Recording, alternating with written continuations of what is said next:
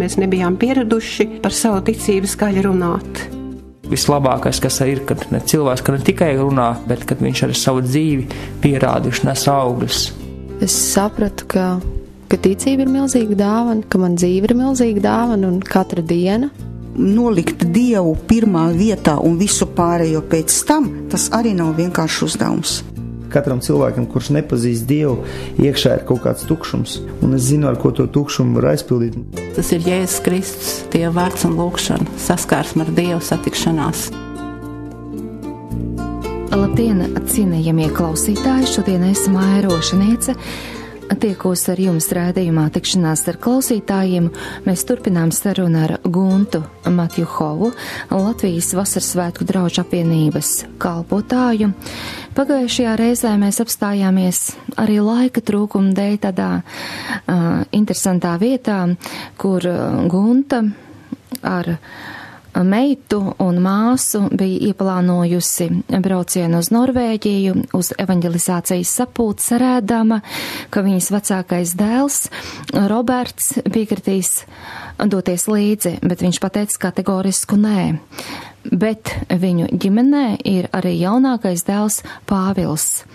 Kā notikumi risinājās? Turpiniet klausīties šajā sarunā. Mēs tā pēkšņi it kā pamosties no miega, un Dievs tev tā kā parāda, ka pagaidi. Tev jau nav tikai viens šis mironis, jā, šis garīgi beigtais. Tev taču ir arī otrs. Man jaunāko dēlu sauc Pāvils. Bet tas ir tas labais, neticīgais, kurš mani netraucē. Ar to es varu sadzīvot. Un es saprotu, ka es jau to Robi vairāk gribu tur dabūt, lai man ir tas miers, lai mana tā ikdiena mainās, tā mana dzīve, protams, viņa arī. Bet tas otrs jau mani netraucē. Tā jau var dzīvot vēl gadus 10 un 20. Un kaut kur es sapratu, bet pagaidi, bet Dievu priekšā viņa abi iet bojā.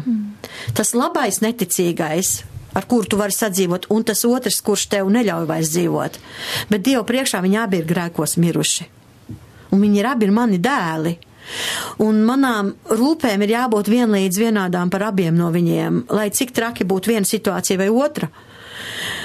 Un pēkšņi nāca mums tāda apjausma, praktiski manai māsai tā doma, ka mēs varam šo manu jaunāko dēlu uzaicināt, lai viņš mums būtu kā šofers. Mēs brauktu ar mūsu privāto auto, mēs braukt ar prāmu Stokholmu, un tālāk mums ir vēl kaut kādi 500 km. Mums jāizbrauc cauri Zviedrijai, mums ir jāizbrauc Norvēģijā, mums vēl jāatrod to pilsētu, pa svešu zemi, tomēr arī ziema. Decembris, sniegs, slidens, jā.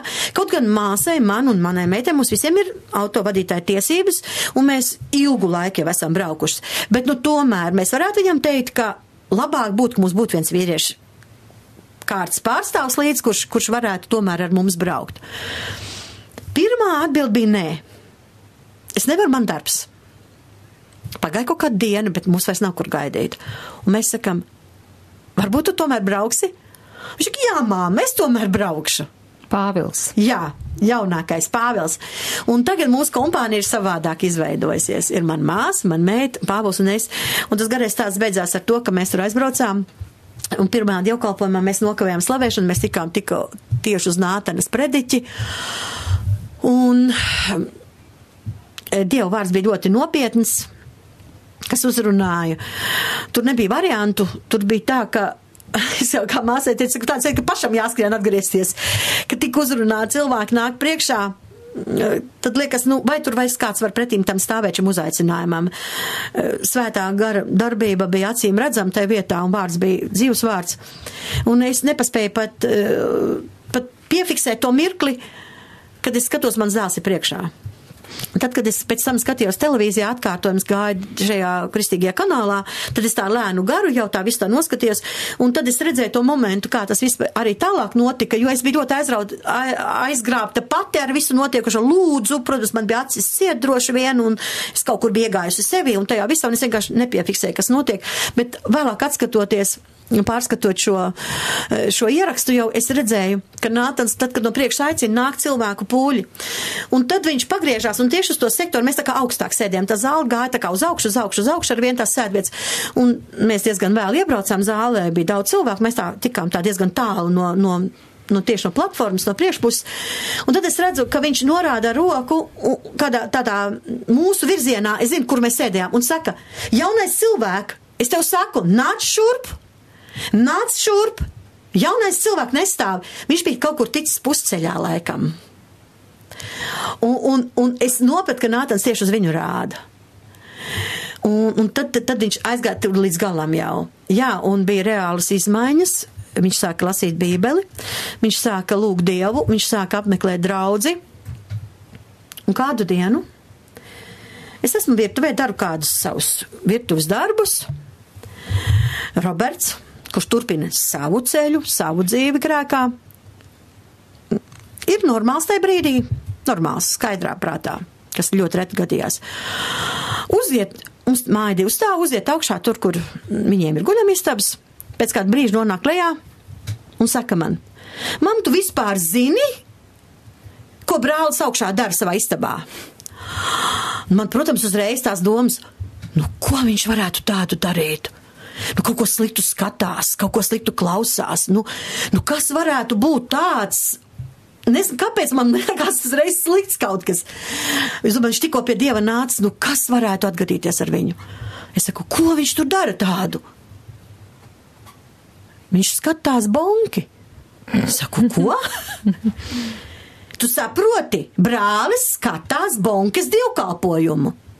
Es saku, tas jau ir brīnišķīgi. Jā, protams, bet tas jau nav normāli. Viņš taču nekad tā nedarīja. Kas ar viņu ir noticis? Brālis ir nācis pie prāta, es jau saku. Brālis tagad dara tā, kā ir pareizi. Jā, lai jau viņš skatās. Un es sapratu, ka tas, kas notika ar brāli, neatstāja vienaldzīgu vecāko. Un kādu dienu, kad viņš atkal bija kaut cik vismaz skaidrā prātā, viņš man teica, mam, ko tu visu laiku par mani pārdzīvo? Sāc vismaz par to brāli priecāties, ka tas ir pie prāta nācis. Un tad bija tā, ka tajā reizē, kad mēs bijām Norvēģijā, mēs prom braucot bīskapam pajautājām. Tā kā viņa kundze brauc ar mums, mēs bīskapam pajautājām. Viņš bija lietas kursā par visu to, kas notiek Amerikā. Mēs teicām, bīskapkungs, ja būs tāda iespēja uzaicināt šo evaņģēlistu uz Latviju, mēs varam to darīt. Tu atbalsti to? Bīskaps teica, aiciniet! Un lūk, es katru to vakaru, tas bija 3 dienas Norvēģijā, es meklēju šo iespēju. Man tik ļoti gribējās, ka mēs varētu šo evaņģēlistu uzaicināt uz Latviju, un es meklēju šo iespēju, un šīs iespējas nav, jo, cilvēku daudz, cilvēku tūkstoši.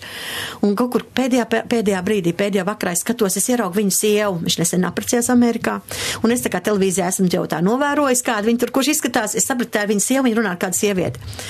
Un es tā tuvāk, un piegāju viņai ar vienu tuvāk klāt un saku, zinat, mēs esam no Latvijas, mēs sekojam līdz jūsu vīru kalpošanai Amerikā, un mēs tik ļoti gribētu redzēt viņu arī Latvijā pie mums, un arī mūsu bīskaps teica, lai mēs uzaicinām.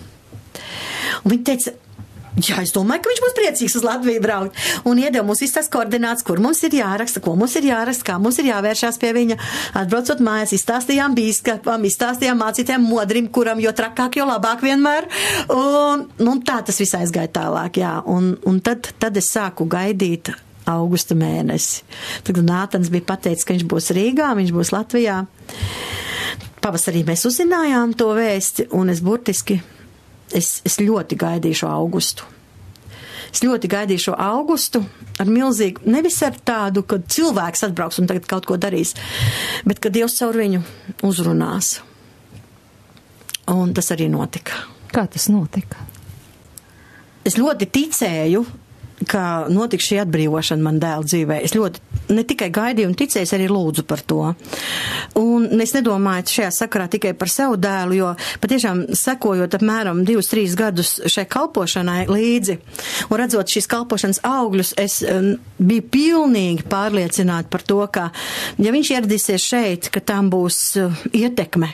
Tam būs ļoti pozitīva ietekme uz mūsu visu tādu garīgo dzīvi, un es ļoti ticēju, ka arī daudz cilvēku viņi atjaunosies, viņi saņems no Dieva arī dziedināšanu, atbrīvošanu un tādu varbūt atjaunošanu svētajā garā. Jo to visu es biju redzējis, ka tas tā notiek, un man bija tāda liela tāda gaidīšana un liels cerības ar visu šo pasākumu. Un vienīgais, es nezināju, kā tas viss notiks, kā es to savu dēlu uz turien dabūšu, bet es domāju, gan Dievs par to gādās, un jo tuvāk nāca šis pasākums, īpaši šī te vasara, burtiski palika ar katru dienu trakāk, ar katru. Viņš nonāca tādā stāvoklī, ka viņš kādu laiku vēl strādāja arī, tā kā, teiksim, saņemtu savu devu, gāju uz darbu, un pēc tam visu to vakaru pavadīt dzerot un no rīta uz darbu, jo tēvam ir kompānija, un viņš to pieciet un paciet, lai tik viņš nāk, lai viņš kaut ko vismaz dara. Lai nav tā, ka nedara neko, bet beigās bija tā, ka viņš nebija spējīgs vairs strādāt un nebija spējīgs no rīta vispār uzcelties, ja viņš atnāca, teiksim, no rīta puses pārdzēris jēgu. Un viņš nespēja vienkārši uzcelties, lai viņš būtu šajā darba vietā 7 no rīta un palika nejauki. Un bija tā pēdējais vakars no trešdienas uz ceturtdienu sākās šie dievkalpojumi Rīgā. Un bija kaut kur visu dienu viņš bija pazudis, iepriekšējo dienu viņš bija pazudis, un naktī kaut kur 3 viņš uzradās, viņš bija pārdzēries, viņš trobelējās mājās, viņš uzcēla mūs visus, un tad viņš kaut kur atkal aizgāja un pazuda, un bija ļoti, ļoti tāds nervos viss, un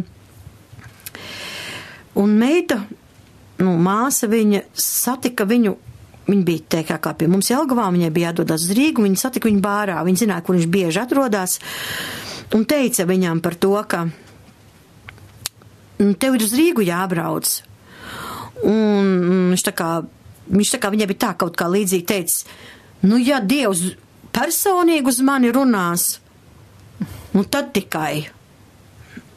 Ar to bija tā kā domāts gan kaut kādā pārdabiskā veidā, varbūt pat tā kā balsī vērsties pie viņa, vai kā viņš to bija iztēlojies, bija grūti saprast.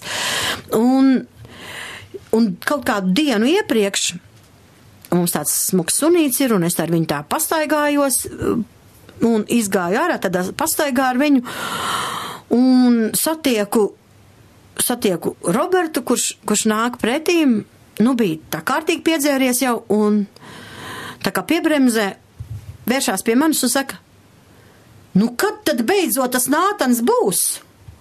Es saku, tūlīt pēc 1 dienas jau būs.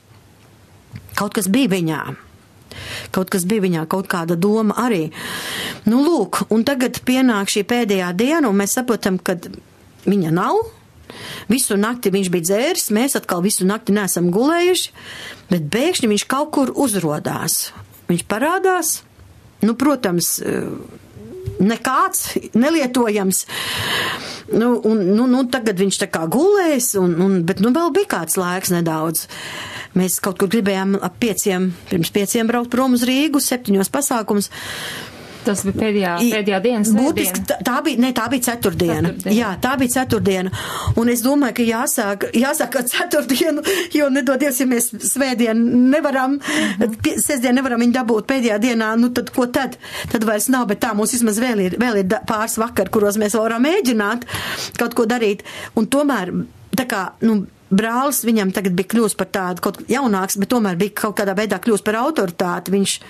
Es sapratu, ka viņš cienīja to, kas ar brāli bija noticis, un bieži tā mīlēja ar brāli arī parunāt, un es tā kā vairāk to brāli stūmu, domāju, mammai vienmēr pretojas, un ko tu te mamma, tagad mammai jāsaka, nē, bet brālis saka arī, Robert, ģerbies, mēs tevi gaidām, nāc, ģerbies, un viņš, viss tāds nekāds arī gulējis nav, un ar to dzērumu nav īsti, tā kā varbūt ārā vēl dabūjis, un, tāds nekāds, tomēr ģerbās, un līdz pēdējām mēs tur tā kā nebrauks. Cīņa gāja, būtiski gāja cīņa. Un man ir viena doma galvā, ka viņam ir tur jābūt. Ka viņam tur ir jābūt tajā vietā. Un kad mums tomēr ir jāpanāk to, lai viņš tur būtu. Un tā mēs, abi divi ar jaunāko dēlu tur tā visādīgi, viņš nāk. Pusceļā mēs esam kaut kur pie Dalbas mežiem pārbrauktus, un Roberts mums paziņo, ko jūs man izvilkāt? Es neesmu gulējis, man nāk miegs, es gribu ēst, es varēju rītdien arī braukt, izgulēties un braukt. Laižat mani vaļā, es tik tā noturējos, ja tā būtu varbūt kāds cita situācija, es droši vien, kad būtu arī tā rīkoties, griez malā, lai viņš kāpj ārā un iet uz mājām no Dalbas, bet es kaut kā savācos un neļāvu vaļu šīm te emocijām. Un mēs turpinājām braukt tālāk, it kā viņš neko nebūtu teicis. Un tā mēs nokļuvām Rīgā ar šādu Robertu nekādu. Un pēkšņi nāk man pretī modras mācītājs, un tur ir arī mana meita Ina, kura tur piedalās tajā visā organizācijā. Un saka, nāciet, es jau jūs te gaidīju, nāciet. Un mēs nokļūstam pašā priekšā. Mēs nokļūstam otrajā rindā, un es saprotu, ka tagad priekšā ir tās brīvā pirmā rinda, un tā ir rezervēta kalpotājam Nātanam, viņa draugam otram Nātanam, mūsu mācītājam Agrim, Modrim, viņa kundzei, kalpotājiem, kur šeit tagad kalpo šajā vakarā. Mēs esam būtiski otrajā rindā. Lūk, es sēžu apkārt visi mūsu apvienības mācītāji, daudz citu kalpotāji, kurus es pazīstu, sēž mans dēls Roberts nekāds. Bet fakts ir redzams, tur neko nevar neslēpt, ne piemālēt, ne pietušēt, ir tā kā ir, bet variantu nav citu. Un es ar milzīgām cerībām uz Dievu, protams, ka Dievs caur saviem kalpiem pieskārsies un izdarīs savu darbu. Sākās šis dievkalpojums. Jaunākais dēls ir līdz, turpat arī Roberts ir, un ir arī citi mūsu tur ticīgie draugi. Sākās pasākums, sākās slavēšana, ienāk iekšā kalpotājs Nātens kopā ar mūsu mācītāju Agri, un tur visi tie citi. Šī pirmās rindas delegācija ieņem savas vietas. Es esmu faktu priekšā, ka man šis slavenais sludinātājs, par kuru es ļoti priecājos, un tiešām esmu gandarīta, ka viņš ir ieradies, ka viņš man ir burtiski rokas stiepiena attālumā. Es esmu ļoti laimīga un priecīga, ka tas ir noticis. Es gandrīz nespēju noticēt, ka es neesmu televīzijā, kad mēs esam visi dzīvajā un visi kopā vienā vietā, un ir brīnišķīgi svētā gara klātnība, un pēkšņi kalpotais Nātens pagriežās, tā pārlaiž skatu savu ērgļa skatienu pār tiem, kas viņam ir tūmā aiz muguras, un tā nofokusējās uz Robertu, kurš tā slīpi no viņa ir burtiski turpat arī ir. Tā cieši skatās, pasniedz viņam roku. Paspiež viņam roku. Un jūs saprotat, kad apkārt ir cienījami kalpotāji, mācītāji, ja? Viņš paspiež roku Robertam, kurš vienīgais visā šajā kompānijā, ir savādāks, ir citādāks. Tas jau bija tā dīvaini, mēs visi saskatāmies, un es saprotam, kāpēc ir tā, kā ir, bet paiet kāds mirklis, viņš sāk runāt, sludināt, un uzreiz Dievs viņam dod šo atklāsmi par Robertu. Kā viņš vēlāk bija stāstījis manai meitai, kur apkalpoja tur pie galda, kad viņi dzēra kafiju un atpūtās kādu mirkli, kad viņš bija teicis, ka viņš redzēja visu Roberta dzīvi. To visu viņš nepateica visā auditorijā, visā zālē, bet to viņš pēc tam privāti tādā sarunā teica, ka es visu viņa dzīvi redzēju. Dievs man visu parādīja vienā mirklī. Un viņš pienāk klāt, nosēs Robertam tieši pretīm un sāk uzrunāt viņu un teikt viņam viņa dzīvi, viņa grēka dzīvi, kur Sātans viņu ir sasaistījis visu šo laiku, un ka viņš nav baudījis mīlestību, viņš nav baldījis ar šo tēvu mīlestību, bet Dievs ir pilnīgi savādāks, un Dievs grib viņam dot savu mīlestību, un Dievs viņu aicina ārā no šīs tumsas, un Dievs grib viņa grēkus piedot un atbrīvot viņu, konkrēti viņu uzrunāja. Tad, kad Nātans tālāk turpina sludināt un turpinās viss dievkalpojums, īsi pēc tā visa notiekošā, Roberts pagriežās un saka, mam, kurš no jums paspēja jau visu par mani izstāstīt? Es saku, Robi, es knapi valdējos. Es saku, Robi, Dievam neko par tevi nevajag izstāstīt. Viņš visu par tevi zina.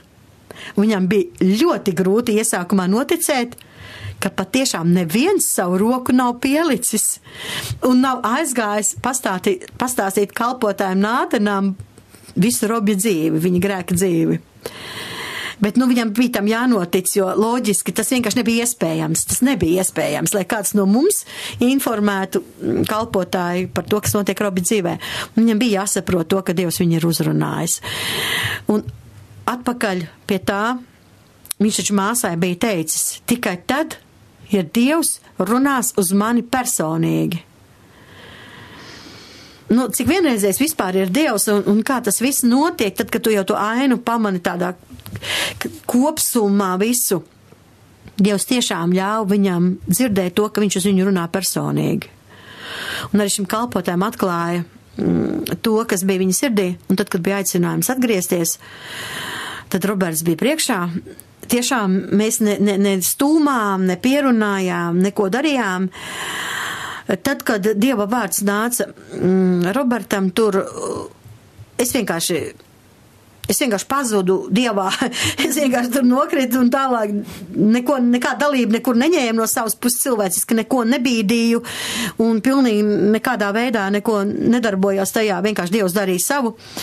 Un mana māsa, viņa, tā ļoti tuvi ir ar maniem bērniem un es skatos, ka viņi sēž savā pirmā rindā, nedaudz tālāk tajā kopā ar savu vīru, un tiklīdz viņi dzirdēja to, kas tiek teikts Robertam, viņa burtiski tur sabruka arī zem Dieva gara tāda spēka, un arī pēc tam vārds nāca viņai. Kalpotais Nātans piegāja un teica, tavas acis redzēs to, ko tu esi lūgus, tu berzēs acis un neticēs, ka tā ir patiesība, ko tu redzi. Un tur tas viss tālāk aizgāja, tie, kas bija ar klāt redzēja, burtiski tā kā maisam parāvās gals vaļā un tāda svētā gara darbība, Dievu gara atmosfēra, Dievu gara klātnības, redzēja apkārt kalpotājs, man pazīstams cilvēkus, kuri, burtiski tādā Dieva klātbūtnes apziņā, tādā slavē, lūdz, gavilējies Dieva, zemojās Dieva priekšā, piedzīvo Dievu spēku, tādu reālu manifestāciju darbību. Tas bija ļoti brīnišķīgs vakars, un nākamajās dienās mums vairs nevajadzēja pierunāt, vilkt vai stumt. Nākamā dienā mēs bijām uz jauniešu vakaru, pēc Roberts izgāja vēlreiz priekšā, lai par viņu aizlūdz arī Dievu.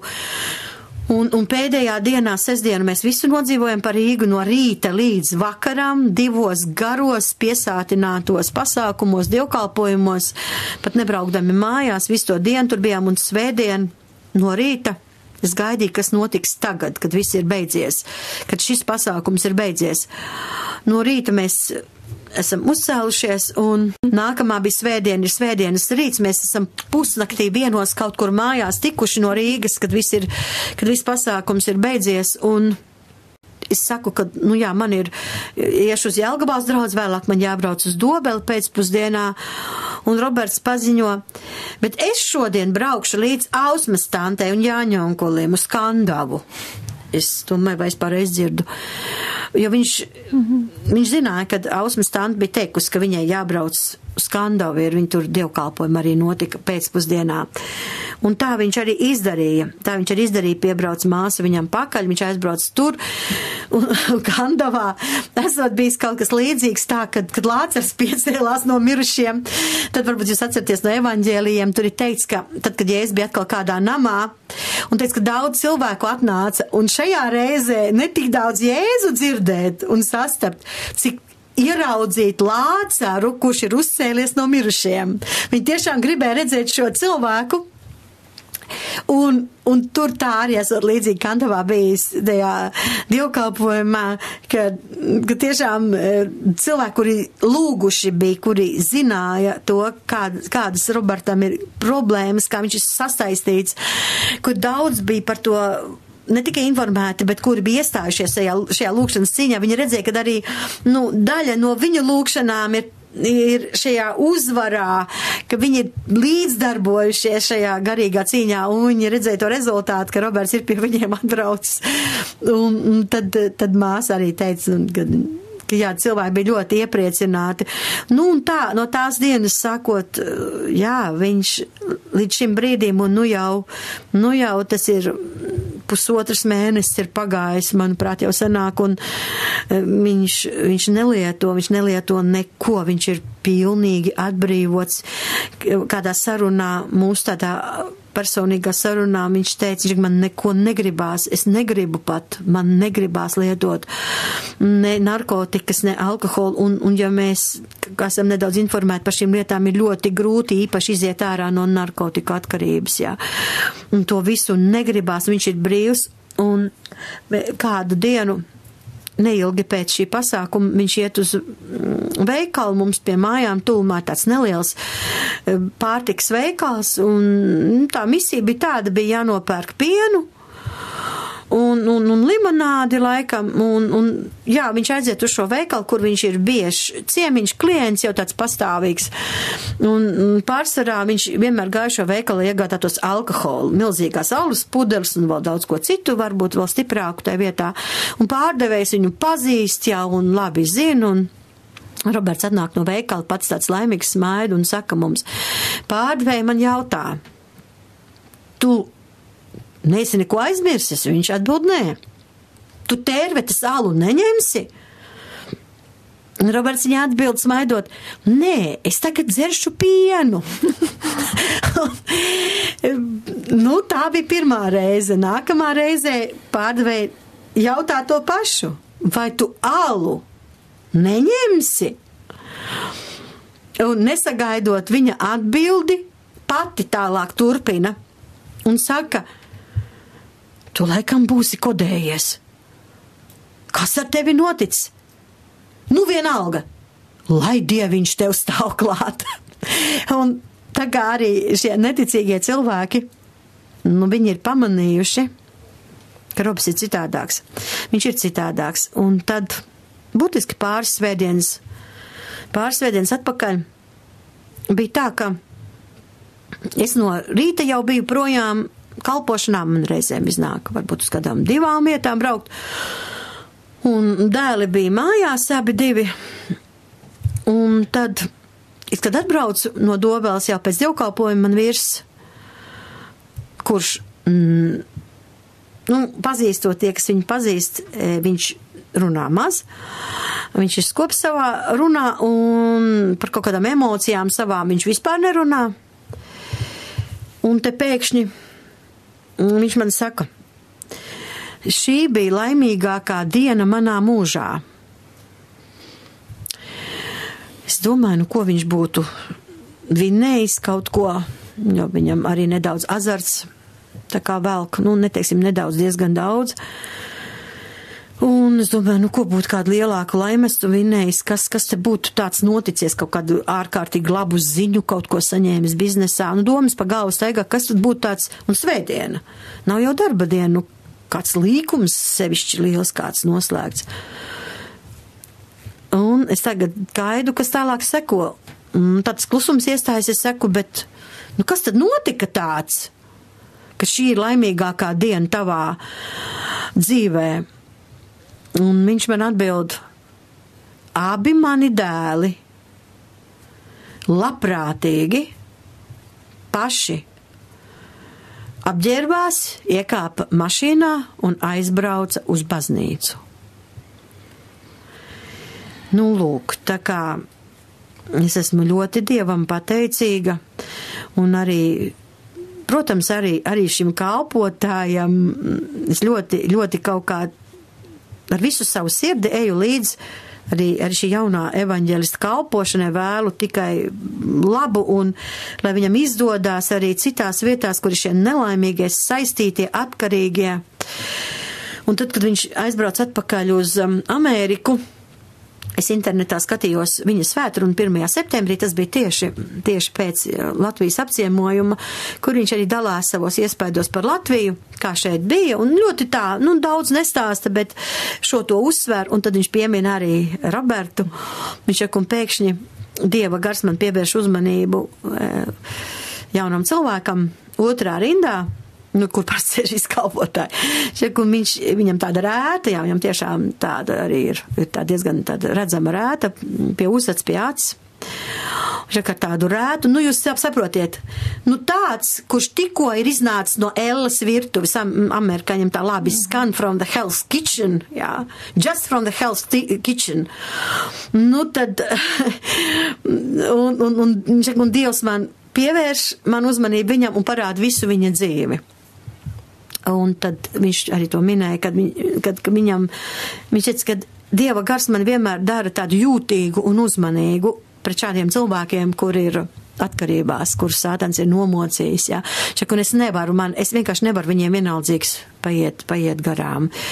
Un es tā esmu tiešām Dievam ļoti pateicīga, un es ļoti ticu un ceru, ka šajās 3 dienās ne tikai svētki bija manā ielā, es ļoti gribu ticēt tam, ka mēs varbūt pat nemaz nezinām daudzas liecības, kur kāds atgriezās, atjaunoja savas attiecības ar Dievu. Es zinu, man draudzene teica, kā viņas dēls, kurš dzīvoja vienkārši kā mūsdienās jaunieši dzīvo kopā, meitenes un zēni bez laulības. Un tā arī viņas dēls bija kopā ar kādu meiteni, jo tādu laiku kādu. Viņš savā laikā bija nācis draudzē, viņš bija tā kā Dievam kalpojis, bet, tad nāca šī atkaršana. Un arī viņai bija izdevies caur lūkšanām un tādu, aicināšanu dabūt līdz savu dēlu šo pasākumu. Un pirmais, ko viņš izdarīja, atbraucis mājās, viņš arī tur izgāja priekšā, lai par viņu lūdzu, tad, kad aicināja grēkus žēlot un atjaunot attiecības ar Dievu, viņš to visu izdarīja ļoti tā nopietni.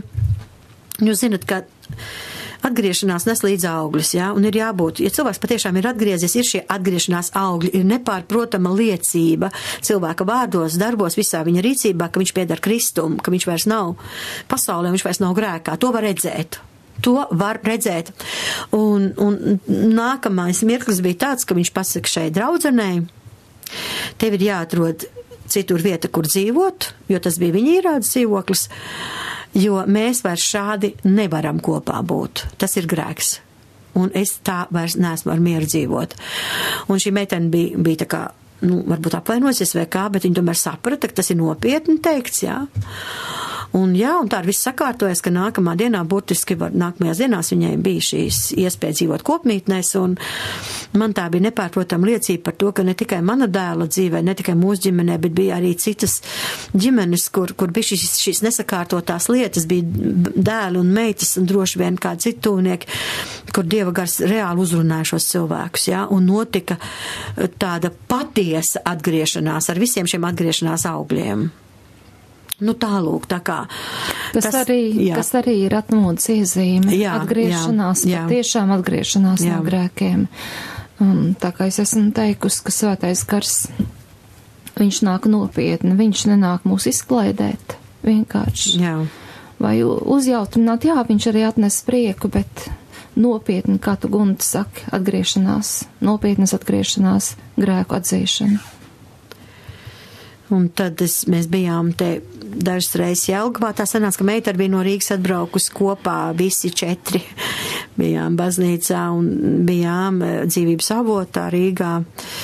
Visi 4, un es tā nespēju vienkārši tam noticēt vēl. Man kad jautā, kā tagad jūties, kā es tā vēl tā kā tādā miegā, tā kā es neesmu pilnīgi vēl pamodusies, es vēl tā īsti nespēju to pat aptvērt, kad viss ir tā, kā ir, ka tas ir noticis, ka Dievs to ir paveicis manā mājā, un es varu ar saviem bērniem kopā iet vienu ceļu un varam būt kopā draudzē. Un varbūt, ka viens otrs arī klausītājs tā ticīgs cilvēks, varbūt reizēm pat to tā nav piefiksējis, varbūt pat tā nenovērtē, ka tādu milzīgu dārgu, milzīgu vērtību, ka tu no rīta svētdienā celies, tu ej uz dievnamu un tavs vīrs tev ir blakus, jā, vai tava sieva tev ir blakus, tavi bērni ir ar tevi, ne tikai maziņie, kurus tu var savākt un kuriem nav citu variantu, bet arī tie lielie pieaugušie cilvēki, ka viņi ir izdarījuši šo izvēli par labu ticībai Dievam un viņi iet kopā ar tevi un ka tu vari teikt, kā Joza, es un mans nams, ne tikai tā nākotnes formā mēs kalposim, bet mēs kalpojam un tu esi pateicības pilns Dievam par to žēlstības darbu, ko viņš ir izdarījis tavā mājā. Varbūt apzināties vairāk to, ka tā ir milzīga žēlstība, ka tā ir milzīga dāvana no Dieva, ka viss nams var iet vienu ceļu un kalpot Dievam. Tā ir vērtība, un ne visiem tas ir. Un ir daudz, varbūt dažādi iemesli, kāpēc tas tā nav. Bet, diemžēl, fakts ir tāds, ja, ka daudzi šodien vēl lūdz un raud un gaida, kad Dieva spēks nāks pār viņu tuviniekiem, kad Dieva gars atraisīs no dažādām atkarībām, un es gribu teikt, ka ir vērts gaidīt, un nekad nevajag nolaist rokas, un nevajag pacelt šo balto karogu, padoties, cik reižu man ir bijis šo garo gadu laikā, un tie ir vismaz 16 gadi atkarībās, kad palika ar vien sliktāk, un tu dzirdi no speciālistu puses šos tādus izteicienus, vērtējumus, kad ar šo cilvēku nekad nekas nebūs savādāk, būs tikai sliktāk, un kad tu dzirdi arī no saviem bērniem šos stāstus, kad viens ir pakāries, viens ir pārdozējis, un tas ir zem zemes, un nākamam jau bēris ir. Tu visu to zini. Pēdējais, ko Roberts teica, neilgi pirms savas atgriešanās, ienāca iekšā istabā un teica, zini ko, mamma, man tā viss ir apnicis, es pakāršos. Mums māja ir liela, mums ir pagrabstāvs, 2 stāvi. Un tālāk seko tāds teksts, un es pakāršos tavā istabā. Es domāju tā. Tikai to man vēl vajadzēja dzīvē. Jau tā ir tik daudz kā bijis, un tik daudz pārdzīvots un izraudāts, un tas nu gan būtu manā istabā. Es tā tos te vēl tā kaut kā, kā domas jau strādā. Iztēle strādā, un tā iedomājas, ka es nāku iekšā savā guļam istabā vakarā, vēr durvis vaļā, un tur tā lustra, un tur mans dēls karājās. Jo neilgi pirms tam, kad gadu iepriekš bija tāds bēdīgs notikums kādā citā ģimenē, kur kāds jauns cilvēks bija pakāries, un melns man sāka mocīt ar to visu. Vienu dienu viņš pakārsies, tavā istabā pakārsies. Man pat bailes reizēm uznāca, kāpjot augšā kādu brīdi, es nebiju dzirdējis, kur viņš ir. Es domāju, varbūt viņš ir jau uzkāpis augšā un pakāries. Un visādi ir bijis. Ir bijis tādas reizes, kad arī es esmu it kā sev teikusi, un varbūt pat reizēm dzirdam teikusi, ka te ir cauri, ar Robi ir cauri, te nekas nevar līdzēt. Un man pēc tam bija Dievam ļoti, ļoti jānožēlo to, un jāraud Dievu priekšā, ka es esmu atļausies kādu reizi savā tādā nespēkā un izmisumā, galējā izmisumā, jo tu mēģini kaut ko darīt, un it kā nekas nedarbojas, un es esmu Dievam teikusi, Dievs, pat tu te neko nevar darīt. Un tad svētais gars nāk un tev liek saprast, ko tu tagad runā, ko tu tagad ar savu muti runā. Tad saka, kungs, piedod, Dievs glāb manu dēlu, kungs, tu vari, Dievs, tu vari dzīvām, vienmēr ir cerība, tu vari, Dievs, jā. Es to priekšām, protams, biju dzirdējis šādus stāstus, ja, kad Dievs arī no cilpas izvelk ārā. Un tā cīņa nebija vienkārša, tā cīņa bija tāda, ka es pat kādreiz savam dēlam teicu, tu esi pieaudzis cilvēks, es vairs par tevi neatbildu, tu biji mazs, man bija atbildība, es tevi audzināju, nekad es tevi nemācīju staigāt grēkceļus, tieši otrādi, es tevi vienmēr skubināju, atstāt to, nākt pie Dieva ir palīdzība, tu negribēji to, tu vienmēr to atraidīji, tu turpināji savu iesākto ceļu, tagad tu esi izvēlējies savu, nu tad arī ej. Nu tad arī baudi visas tās sekas, kas šim grēka ceļam ir, un galā tu vienkārši aizēj bojā. Nu tad arī ej, ja tu to gribi, ja tu to esi izvēlējies. šī cīņa bija, tā nebija spēle. Tā bija reāla cīņa, un paldies Dievam, ka es tiešām nebiju viena, neesmu viena, jo projām man ir tāds plašs radu loks, kur lielākoties visi ir patiesi Dievu bērni, kristieši, un draugu loks liels, ticīgo ģimeni liela, un es ceru un ticu tam, ka daudz iesaistījās, un tā cīņa tika uzvarēta. Un arī es tā kā saņēmos beigās tomēr, ka nē. Mana māsa stāstīja, ka viņa lūdz par saviem dēliem, kur kādu īsu mirkli bija pasaulē. Tie bija gadi, 2, 3, 4, ne vairāk, armija tur un kā tur bija tajā laikā, un tā visa sliktā ietekme un viņa aizgāja kā no Dieva, un viņi cīnījās abi ar vīru, un nāca citi ticīgie, un tā kā malas teica, bet jūs taču, kas tu vairs var būt par kalpotāju, kur tavi bērni, tā kā gan izvai gaidīt to tikai, lai viņu tā kā malā nostumtu, jo, taču tēli pasaulē, un tu taču nevari kalpot, un tu nevaldi par savu namu, un atkal bija citi, kur teica, mēs esam ar jums, mēs lūksim kopā ar jums, mēs neatdosim viņus sātanam. Un tad man māsa stāstīja to, kā viņi cīnījās, un bija tāds reizes, ka burtiski ar sirdi slikti palika, burtiski fiziski slikti. Viņa saka, es esmu viena mājās, pat vīrs nav klātē brīdī, un man dēls par nakti nav bijis mājās. Es zinu, ka viņš ir kaut kur grēkā. Un tā cīņa uz dzīvības nāvi iet, viņa saka, un tad es burtiski ar visu spēku, cik ir manī, ar visu balsi, kas ir manī, ieeju šajā cīņā un saku, Sātan, tu man viņus nedevi, man Dievs viņus deva, es viņus veltīju Dievam, un tu, Sātan, viņus nedabūsi. Tu viņus nedabūsi. Un tā ir tāda deklarācija, būtiski, ka tu deklarēji Sātanam, un tu pasaki viņam nospraudi tās robežas, ka tālāk ne, Sātan. Viņi nepiedar tev. Lai ko tu darītu šī brīdī, un lai kā tas izskatītos šī brīdī, viņi nav tavi, viņi nepiedar tev, un viņi nebūs tavi nekad. Un nāca šis lūzums un atgriešanās, un viens pēc otra modas pa priekšu un agras pēc tam, un šodien jūs zinat, tie ir tādi dedzīgi kalpotāji, vairs nevienam nav jāstāst par viņiem, kas viņi ir, bet tā bija cīņa. Tā bija cīņa, un es kaut kā to zinot visu, un mēs arī tajā laikā piedalījāmies tajā cīņā par viņiem, jo manējie tad vēl bija mazi, un tad tur īpaši nebija par ko satraukties. Es kaut kā ņēmu šo paraugu vērā, un vairāk kārt es teicu Sātan, īpaši par Robu es teicu, es viņu maziņu, viņam vēl gada nebija, uz rokām ienesu dievnamā, viņu svētīja, viņš tika veltīts Dievam, viņš tika nodots Dievam, tu viņu nedabūsi. Es viņu mazu jau atdevu Dievam, tev nav daļas gar viņu. Tu viņu nedabūsi. Neatkarīgi no tā, ko tu šodien dari, tu viņu nedabūsi. Viņš pieder Dievam. Tā ir cīņa, tā ir cīņa, un tā bieži cīņa šiem aizlūdzējiem, vecākiem, varbūt, ja runa ir par bērniem, pašiem ar sevi bieži ir cīņa, ar šo nogurumu, fizisku tādu emocionālu izsīkumu, ar domām, kuras ir galvā. Ka gribās tā kā atmest ar roku, ja tu ej, tad ar ej uz to elli. Bet pēc tam tu sadarūcies un saprot, nē, nekādā gadījumā.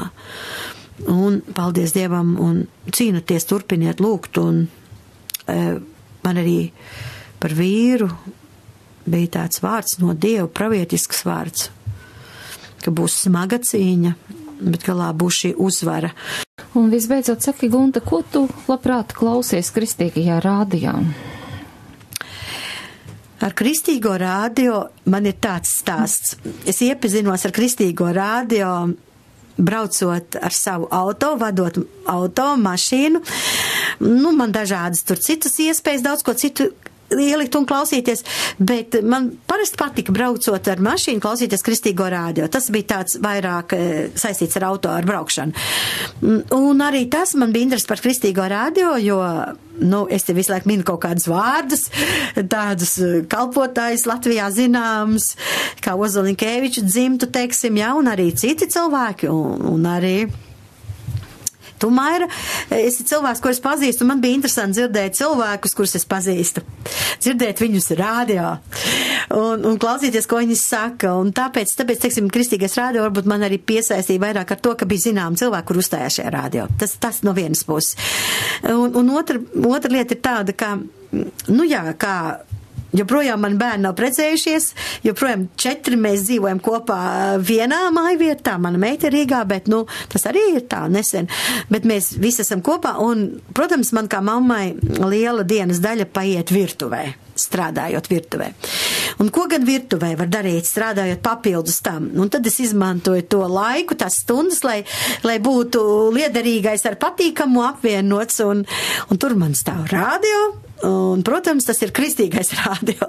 Un tāpēc es arī daudz dzirdu kristīgo radio, esot tieši, jāsaka godīgi, gludinot veļu, strādājot virtuvē. Man reti, kad ir tā, ka es, arī brokastis reizēm baudot vai vakariņas, skan kristīgais radio. Es tā nevaru tā ļoti atļauties. Vienkārši nosēsties 3, 4, 5 stundas. Es tagad šajā dienā veltīšu kristīgam radio. Es neko nedarīšu, es tikai koncentrēšos uz radio. Lielākoties radio iet fonā, jeb iet papildus. Un, protams, tad, kad ir tādas programmas, kuras mani ļoti, ļoti interesē, es piebremzēju, es nolieku malā un es uzgriežu skaļāk un es gribu to dzirdēt. Pēdējā laikā man ļoti patīk šī programma, šis raidījums, kas ir cilvēks. Es uzzinu daudz, es uzzinu jaunas lietas, dziļāk šis jautājums tiek izskatīts, un man tas interesē. Tiešām es klausos ar lielu interesi. Tad, kad sākās šie raidījumi Tici un redzi, pirmkārt viņi man pievērs uzmanību ar to, ka tā ir tā sfēra, kura mani interesē ļoti, tā ir svētā gara darbība. Dievs dziedina, Dievs atbrīvo, Dievs atklāj, Dievs runā, un arī caur radio Dievs darbojās, caur šīm lūkšanām un aizlūkšanām, neskatoties uz distanci. Jā, tas mani ļoti aizrāva, un to es sāku klausīties, un arī ievēroju laikus, kad un tas notiek. Protams, mans mīļais māsas dēls Modris. Ar Mosties Latviju mēs arī no Dobels draudzes cenšamies nedaudz viņu atbalstīt šajā ziņā, lai šis raidījums varētu skanēt. Jā, es klausos viņu, man patīk viņa dedzīgums. Un arī man interesē šie raidījumi, kad tiek šis intervijas ar klausītājiem, jo tur arī pagadās kādreiz kā cilvēks, kur es pazīstu. Un, protams, es klausos arī cilvēku liecības, kuras es nepazīstu, nezinu vaigā, un ir interesanti dzirdēt, kā Dievs strādā, bet, viens otrs gadās arī tāds savējais un pazīstams, ir ļoti interesanti dzirdēt viņu stāstus. Klausos kādreiz kā mācītāji, gudri mācītāji diskutē un meklē to patiesību un roku katrs no savas puses. Patīk mūzika, jā, kā mēs varam Dievu slavēt un reizēm varam arī tādā pielūgsmē iet kopā ar šo mūziku, kura skan. Man patīk kristīgais radio, es uzskatu, ka tas ir ierocis. Un es domāju, ka daudziem cilvēkiem ir liecība, ka viņi ir tieši nākuši pie Dieva dzirdot kristīgo radio. Un lai Dievs dod tiešām, ka daudzi vēl pievienoto šai auditorijai klausītos un saklausītu vēsti. Saklausīt evaņģēlī vēsti, kas uzrunā viņu sirds un pilnībā izmaina viņu dzīves. Paldies tev, Gunta! Cienījamie klausītāji, jau vairākas otrdienas jūs dzirdējāt Guntas Matjuhovas liecību. Viņa ir Dobeles vasaras svētku draudzes mācītāja. Klausoties tevī, Gunta, un klausoties liecību par Robertu, varbūt Dievs tev to ir atklājis, droši vien, bet klausītājiem es gribu teikt, sekojiet līdzi, paturiet prātā šo uzvārdu. Es domāju, pēc kāda laika, varbūt nepaies ilgs laiks, jūs dzirdēsiet par šo vārdu vēl Roberts Matjuhovs. Es ticu, ka Dievs ir viņu glābis un viņu izredzējis, un viņš būs draugs, ko Dievs lietos Latvijā. Paldies, cienījamie klausītāji, jūs bijāt kopā ar mums raidījumā Tikšanās ar klausītājiem. Mēs sakām jums, lai Dievs jūs svētī visu labu. Visu labu.